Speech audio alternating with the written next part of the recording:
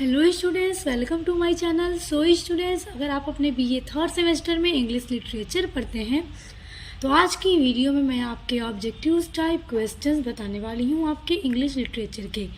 BA third semester जो new batch है students का 2023-24 का, उनके लिए ये आज का वीडियो है, क्योंकि एग्ज़ाम जिनका भी होता है, जिनका एमसीक्यू पैटर्न पर, उनके लिए यह वीडियो हेल्पफुल होगा।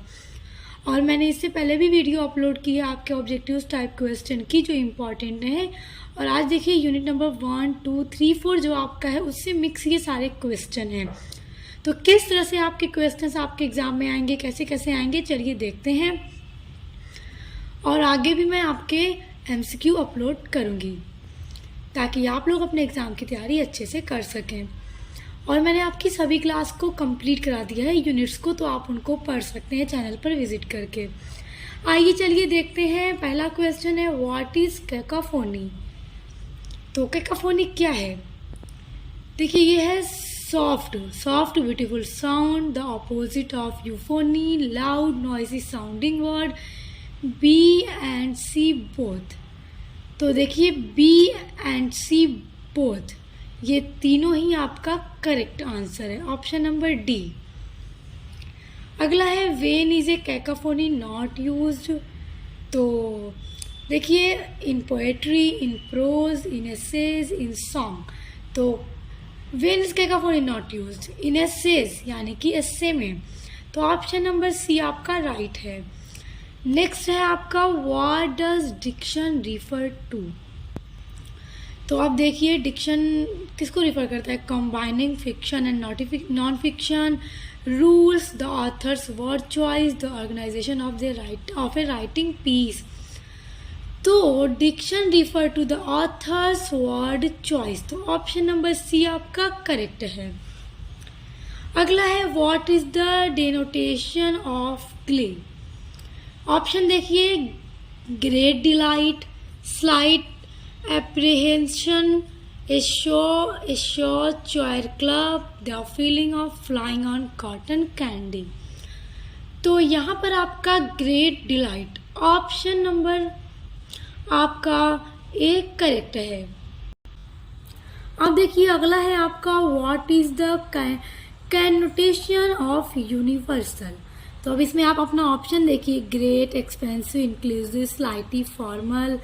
बी है आपका applicable in all cases, C है ए थीम पार्क, डी है स्मॉल स्केयर्ड वीक। तो यहाँ पे आपका ऑप्शन नंबर ए है great, expensive, inclusive, slightly formal. Option number A जो आपका है वो आपका करेक्ट आंसर है, तो इस पर आप लोग टिक कर लीजिए। एग्जाम में इसी तरह के क्वेश्चंस आएंगे आपके। अब देखिए अगला है, सरकम लोकेशन लिटरेरी मीन्स। सरकम लोकेशन क्या है?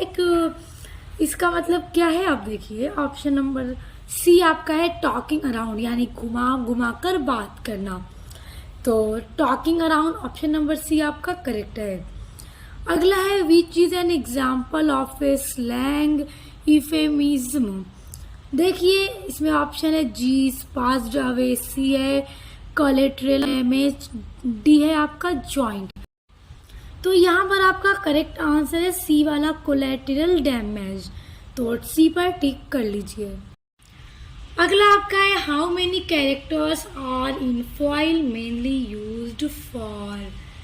तो ऑप्शन नंबर बी 2 कैरेक्टर्स, तो ऑप्शन नंबर बी आपका करेक्ट है। अगला है आपका, why foil is so important. Foil क्यों इम्पॉर्टेंट है? फॉइल जो कैरेक्टर है क्यों इम्पॉर्टेंट है?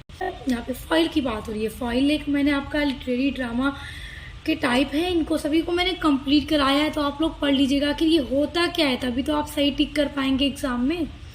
वैसे तो मैं आपके लिए सारी वीडियोस अपलोड करूँगी, तो आप लोग अपने एग्जाम की तैयारी कर सकते हैं। यहाँ पर देखिए why foil is so important. तो देखिए, create suspense, sets the mood of the story, does not make story boring, creates illusion. Option number C जो है आपका, does not make story boring, तो सी आपका करेक्ट आंसर है। अब देखिए अगला है, when can hyperbole not be used. तो अब देखिए option, in essays, in pop song, in a speech, in scientific scientific writing. तो यहाँ पर आपका है in scientific writing. Option number D आपका करेक्ट है। अगला देखिए, बड़ा इंपॉर्टेंट ये क्वेश्चन है। A hint or clue in a story, यानी किसी स्टोरी में हिंट मिलता है या कोई क्लू मिलता है that suggest some action in the follow to create interest और सस्पेंस इन इज कॉल्ड। देखिए, आप कोई मूवी देख रहे हैं, उसमें आपको एक हिंट मिल जाए जिससे आपको थोड़ा इंटरेस्ट बढ़ जाए और सस्पेंस होने लगे कि अब आगे क्या होगा क्या होगा। वो क्या होता है? वो होता है फोर शैडोइंग, जिससे कि आगे क्या होने वाला है उसको थोड़ा सा हिंट देकर ऑडियंस को उससे इंट्रोड्यूस करा दिया जाता है। इससे क्या होता है कि ऑडियंस के अंदर इंटरेस्ट और ज़्यादा बढ़ जाता है और वो बहुत सस्पेंस हो जाते हैं। तो ऑप्शन नंबर बी आपका फोर शैडोइंग करेक्ट है। आप इन सभी का नोट्स चाहते हैं पूरा, तो मैंने सब करवा दिया है। डिस्क्रिप्शन बॉक्स में प्लेलिस्ट की लिंक दे दूंगी, आप लोग पढ़ लीजिएगा। अगला आपका है व्हाट इज मोटिव। मोटिव क्या है? The antagonist motive, a type of theme, a recurring image और आइडिया, ए कैच फ्रेज। तो ए रिक्योरिंग इमेज और आइडिया, ऑप्शन नंबर सी आपका राइट है। देखिए, अब है आपका prologues can be used in novels, plays, poetry, any of the above. तो प्रोलॉग सभी में यूज होता है, any of the above, option number D आपका करेक्ट है। अगला है drama is divided into, drama किन में बटा होता है? तो ड्रामा एक्ट्स में बटा होता है। तो आपका ऑप्शन नंबर बी करेक्ट है, एक्ट्स। देखिए, आपका अगला क्वेश्चन है readers can find a clue to a poem's theme in its. अब देखिए, जो रीडर हैं पोएम्स को जो पढ़ रहे हैं वो क्लू कैसे पाते हैं? ऑथर, टाइटल, रिदम या राइम से? तो टाइटल से, क्योंकि टाइटल आप पढ़ते हैं तो फौरन पता लगता है ना, उससे थोड़ा सा आपको हिंट मिलती है ना इस पूरी पोएम में क्या है। तो उसी तरह टाइटल, ऑप्शन नंबर बी आपका करेक्ट है।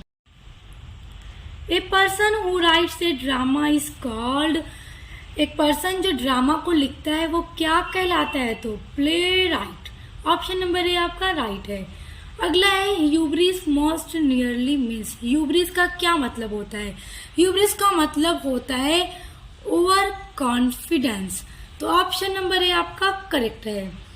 अगला है नेमेसिस मोस्ट नियरली मीन्स। तो नेमेसिस का मतलब होता है देखिए इनेमी, ऑप्शन नंबर डी आपका राइट है। अब देखिए, अगला है व्हाट इज एन एपिथेट।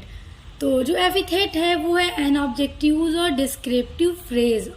तो ऑप्शन नंबर ए आपका करेक्ट है। अगला है who used wine dark epithet. Odysseus, Homer, Plato, Herodotus. तो होमर, ऑप्शन नंबर बी आपका राइट है। अगला है where does the term euphemism origin from. जो यूफेमिज्म वर्ड है वो कहाँ से ओरिजिन हुआ है, किस लैंग्वेज से? तो ग्रीक लैंग्वेज से, ऑप्शन नंबर सी आपका करेक्ट है। देखिए, इसी तरह के क्वेश्चंस आपसे एमसीक्यू में पूछे जाएंगे, इसलिए इनको अच्छे से तैयार कर लीजिए। उसके अलावा स्टूडेंट्स, अगर आप पूरी क्लास किए रहेंगे ना तो आपको उससे भी बहुत सारे एमसीक्यू आपके एग्जाम में जो आएंगे आप उनको इजीली कर लेंगे, इसलिए क्लास को जरूर कर लीजिएगा। मैंने पूरी क्लास आपकी करा दी है, आपकी सभी यूनिट्स की। डिस्क्रिप्शन बॉक्स में मैं आपको प्लेलिस्ट की लिंक दे दूंगी। अब देखिए, अगला है व्हाट इज ए मैलाप्रोपिज्म। तो मैलाप्रोपिज्म क्या है? ऑप्शन नंबर डी देखिए, वर्ड यूज इनकरेक्टली, यानी कि गलत शब्दों को यूज करना, जहाँ पे स्पेलिंग अलग होती है, मीनिंग अलग होती है, मगर प्रोनाउंसिएशन क्या है? सेम होता है। वहां पर जब यूज करते हैं गलत वर्ड तो वो मैलाप्रोपिज्म कहलाता है। अगला है what is the most common effect of a malapropism. तो कैसा इफेक्ट आएगा जहाँ पे हम इसको यूज करेंगे? कॉमेडी वाला, क्योंकि गलत शब्द आप बोलेंगे तो हंसी आएगी।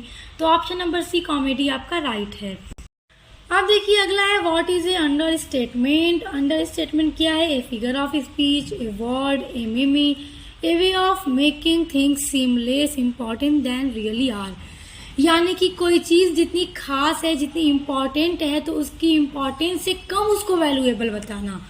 यानी कोई चीज बहुत ज्यादा खास है और आप बस बोल रहे हैं ठीक ठाक, तो कहने का मतलब कि खासियत से जितनी उसकी खासियत है उसको उतना अच्छा नहीं कर, बस ठीक ठाक बता देना ही अंडर स्टेटमेंट होता है। और हाइपरबोल अंडर स्टेटमेंट का उल्टा है। हाइपरबोल में कम चीजों को बढ़ा चढ़ाकर बोला जाता है और अंडर स्टेटमेंट में ज़्यादा खासियत को भी कम दिखा दिया जाता है।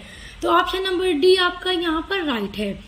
और देखिए ये सारे जो है ना understatement malapropism, epithet, nemesis, hubris, सारी चीज़ें एक एलिमेंट ऑफ ड्रामा है और सभी को मैंने पूरा नोट्स के साथ कंप्लीट करवा दिया है। तो आप लोग क्लास करना चाहें तो ज़रूर कर लीजिएगा, डिस्क्रिप्शन बॉक्स में प्लेलिस्ट की लिंक है। स्टूडेंट्स वीडियो हेल्पफुल लगा तो लाइक कर दीजिएगा, कमेंट जरूर कीजिएगा और चैनल को सब्सक्राइब कर लीजिएगा ताकि आने वाली वीडियोस के नोटिफिकेशन आपको मिलते रहें। तो अब मिलते हैं नेक्स्ट वीडियो के साथ।